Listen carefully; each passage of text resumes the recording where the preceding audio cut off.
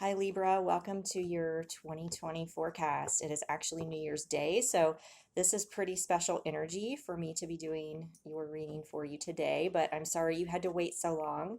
You were second to last. Definitely not by choice, that's just the way it worked out. As luck would have it, of course, I have waited all day. Well, not waited, I've been doing a lot of things around here, and the day is just flying by. But I've waited, it's about 5:15, something like that. And just as I hit, start on the video, I think my upstairs neighbor has started vacuuming. So it's the never-ending saga of noise. Um, I think she's in the other room, so it'll probably get louder. I apologize for the distraction, but I want to try to get this video and Scorpio done tonight. And, with limited time, I just wanted to go ahead and get started and not try to wait for it to be quiet. But again, I find when I watch a lot of these videos that when readers are like, oh, I apologize for the noise, I never hear anything half the time. So I'm hoping I'm just being overly paranoid about it. But again, welcome to your 2020 forecast. If you have not watched any of the other ones, I want to go ahead and give you an overview of how this is going to work. So if you've watched any of my other, the previous elemental ones that I used to do, like the fire, air, earth, water, I would do just a general spread. So that's how I'm going to start it. And what we're going to do is actually take a look back at 2019. We're going to see what comes out as the major themes for you for the last year. And if that's resonating for you, then I would encourage you to follow me over to Vimeo for the extended. The link for that is down below. That's $7.77. Before we do that, though, we will look at, where I'm going to pull some different cards, the theme for Libra for 2020 and changes that you can expect in your life coming this year. Also, if you're wanting to join me over on Vimeo, then I encourage you to think of a question that you would like to have answered. It can pertain to what comes out in the spread, or it can be something completely unrelated, but you may be familiar with the Angel Answers cards that I use pretty frequently. They have yes, no, they have some timing, or just kind of a general, this is a good idea, or it's not, or you should wait, or you should let it go type energy. And some of the ones lately, I've been having multiple answers come out. So it might be a no and this, and then it might be something else that I'm picking up on. So again, just think of that question if you're wanting to join me on the extended. I'm trying to think if there's anything else. Oh, and if this is not resonating, this is a general reading, so take what resonates, toss the rest. I encourage you to check the rest of your natal chart. I have put a link for that down below as well. That is free.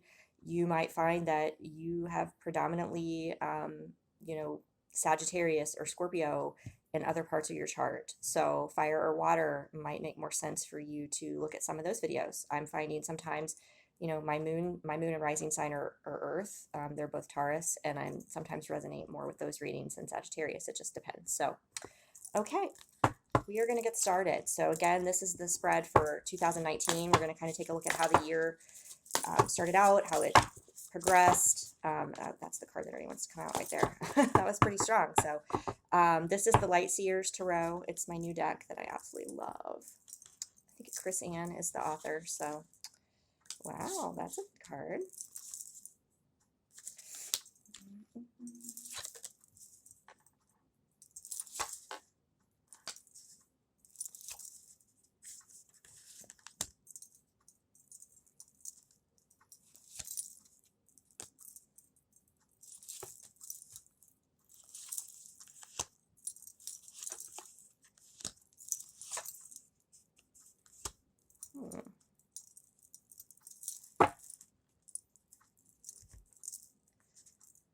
Okay. Okay. All right. So what I'm picking up on is the beginning of the year. I feel like there was something maybe you were running from, some sort of a truth, either about your feelings for something or someone, maybe your mission in life, somewhere where you were not speaking your truth. And I think maybe at one point maybe you had tried to come forward for that to come to fruition, and then the reason I'm saying all this is because the past energy is the Knight of Swords. You can see how in this deck This guy is running from something towards this escape. But there's this raven or crow overhead that is that signifies death, closure, the end of something. So there's kind of maybe this realization or epiphany about a direction in your life that you wanted to take, and you were kind of trying to like make a last ditch effort. And but what I'm getting is that resulted, I think, in a new beginning in another situation that you were in. It could have been another relationship, and that this could have happened by spring, like by March, because you have the Fool here and the third spot, yeah, which would March is, and I'm not doing this necessarily by month, but sometimes these things just come through, and then that makes sense because it's in the third spot, and that's the third month. Ready to take that leap, and just say, okay, things have come full circle. Things I'm accepting the way things are, and I'm going to go forward. I'm also getting a strong sense of working on yourself, your finances, your career. You may be self-employed. I'm getting that strongly because of the Nine of Pentacles, but the blocking energy in that is the Ten of Wands, and that's feeling like you have the weight of the world on your shoulders, like you're carrying everything yourself. It's just too much. It's burdensome. That's like definitely makes sense as to why I was picking up on self-employment. If you run a business or own a business, as to why that would, you just feeling overburdened and overwhelmed. And so I think this year has been a year of a lot of growth spiritually.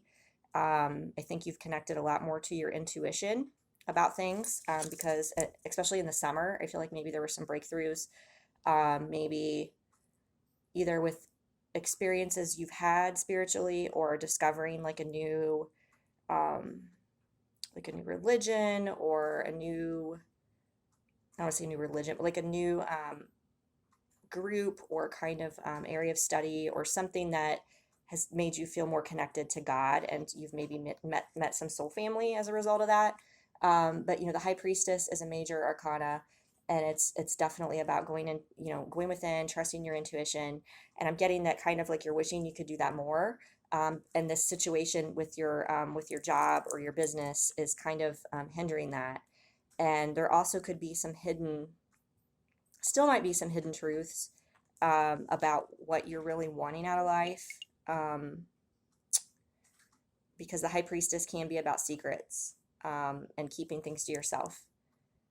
And again, what I was getting was running from the truth here. So if there's truth hidden and you're not speaking your truth about the direction you really want your life to go, that's maybe something that you've been faced with this last year. The energy that kind of propelled you forward,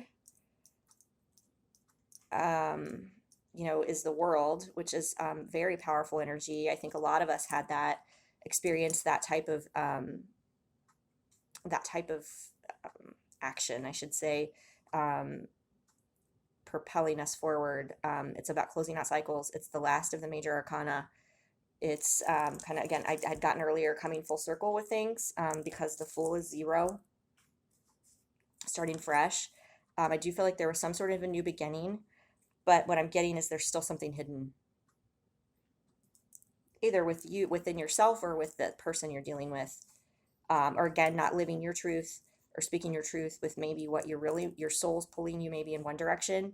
But like financially, like you feel stuck and tied to this one aspect of your life. And the reason I'm also getting that there's like been a shift is maybe it's kind of like you're realizing now that you have been suppressing these things. I'm getting maybe by the full moon in December, because we have the moon here, and again, this looks kind of like a winter card. This card's been coming out a lot, ironically, and you guys saw that I shuffled. This is about balance. You can see the white and the black wolves. You can see this woman underwater. This to me represents repressed emotion, secrets. The moon and the High Priestess both coming out. These are both cards, are major arcana, and they're both cards about things being hidden, secrets. what I'm getting is there was some sort of a change towards the end of the year. Um, let's see, we've got a lot of different.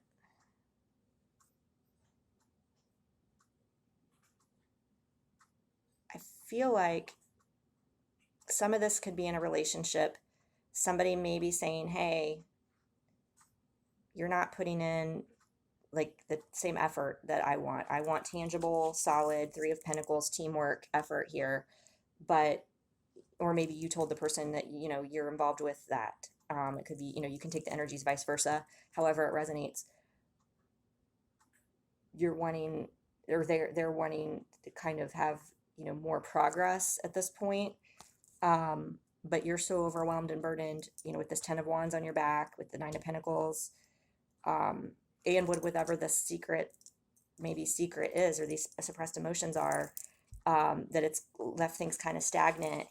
And either you didn't tell them what they wanted to hear, or vice versa.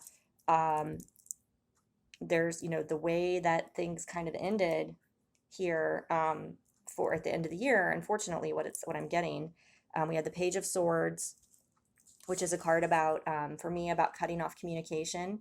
But, it can also be about ideas. It can be about, kind of getting pulled away. And I'm getting that sort of that energy here. See, like you have this energy where you have all these ideas, you have these things that you want to bring to fruition that are kind of pulling at your soul. Remember I said your soul is like calling you to do something else, but this book, this Pentacle, this, this Ten of Wands, it's kind of holding you down from speaking your truth, because again, swords are about speaking your truth. So it could be multiple things going on, that you're just wanting to do something more in a spiritual realm, or there's something with a relationship that is being held back because of some sort of a secret. But the reason I say that again is because Nine of Swords is here, as sort of how you wrapped up the year. And this is, this is a very painful card. You had the World here too. So this could be about something, needing to close out.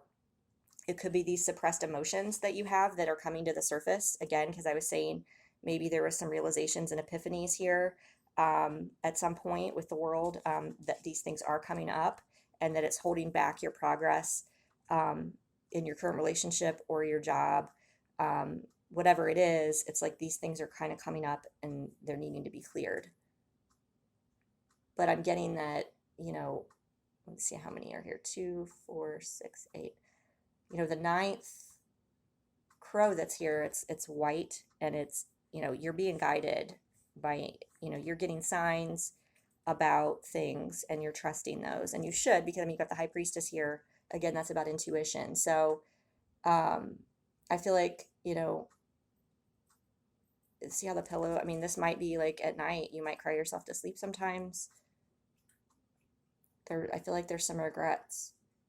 And I don't like to hear that. But, I think there's a realization, though, that you're on the right path. You just have to get this pain and these feelings of whatever this is out. And also get this Ten of Wands off your back. So I'm going to write down some of these things for the extended, just to, usually they come out on their own. Pretty clearly, they're just like, boom, boom, whatever the theme is, they keep nailing that over and over with the cards. But just in case, I want to make notes. Get the Ten of Wands off your back. Regret. Hidden feelings. Emotion. And closing cycles. Okay. What we also had, I wanted to pull some other clarifiers once I saw the Nine of Swords there, because I don't love that card. But what we had on the bottom of the deck was the Seven of Wands, which is about having your guard up. It's about defenses, kind of having a guard, like having your heart locked away a little bit. And that makes sense given what else came out here. If there's something hidden below the surface, or if you're not completely speaking your truth, or if you have regrets about something, your heart's not going to be completely open until you heal that. And there could be some balancing that's needed in all the chakras as well, because see how the wands here, I love how the wands here are all the different colors. That's really cool. But what comes out is there's a Queen of Cups here. You may be dealing with a water sign, Cancer, Pisces, Scorpio, or they might have a lot of water in their chart, or they're just a really loving, nurturing, open, spiritually female that's in your life, or and we all have masculine and feminine energy in us. So you could have someone else who's very loving in your life. It could be a friend, but it could be a male as well. It doesn't have to be a queen. It doesn't have to be a literal female. Um, but I feel like there's this person here. But look at this. So yeah, like the King of Pentacles is sitting here, and I mean, he kind of looks happy, but he kind of looks like he's kind of staring off in the distance, kind of like, it looks like a fake smile. Like he's solid and he's got his stuff together, but I feel like there's something not connecting here. Again, I think it's because there's a regret, or there's a heart chakra blockage, or there's emotions that need to be healed. So we will look at that in the extended. Like I said, I will pull a spread with a different deck. Keep these cards out, because a lot of times the same ones they'll come out, and it's like we can compare the images. We can compare for this next year of what is going to transpire. So I'm going to pull from the Butterfly Changes Oracle. What changes Libra can expect in 2020? What changes can Libra expect in 2020? Well, that's interesting. Was I just not saying that you were thinking about doing something different? You were having the weight in the world on your shoulders. You're like, I don't know how much I could do this. Your soul's being pulled into something else. New career. So if you're thinking about making a change, you may have a decision coming. Decisions. So it's interesting this card came out. I think it came out in, it just came out in Virgo. Anyway, it doesn't matter, but one of the other ones. New career decisions. So we're going to look at that. And seeking and finding is here. Seeking and finding could be just kind of like where I said that King of Pentacles kind of has his fake smile, because he's maybe not being true, and he's seeking something else, like something's missing. There's, if there's a regret, or you feel like there's something not whole within you, or that needs to be healed, you might be seeking other things outside of you. That might be, maybe you're working too much for that reason. Throwing yourself into your work to numb the pain of whatever this is that you haven't faced yet. And we're also saying get some rest. So that's a change that you're being encouraged to make next year. So we're going to put those there for Libra. And the theme is from the Wisdom of the Oracle. What theme or themes for 2020 are coming out for Libra?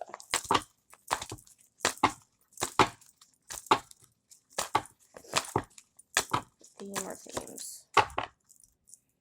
Okay. Come to the edge. Come to the edge. So that's a 9. Reminds me a lot of the Fool. You've also got a change in the wind. So we had decisions, new career, a change in the wind. So there's definitely a tide turning for you this year. I think it's going to be interesting to see what comes out in the spread. But come to the edge. I think, notice how she's throwing the hearts like off. I think this is like where you've been holding yourself back potentially, if that's resonating with a relationship that you're in. It's like you're being called, like once you heal whatever is going on here, you might be ready to take this leap and to close out this painful 9 of Swords energy. The 3 and the 6 adds up to the 9, and if you can like make your heart lighter, I'm getting that that healing would help quite a bit. But we're going to look into that in the extended.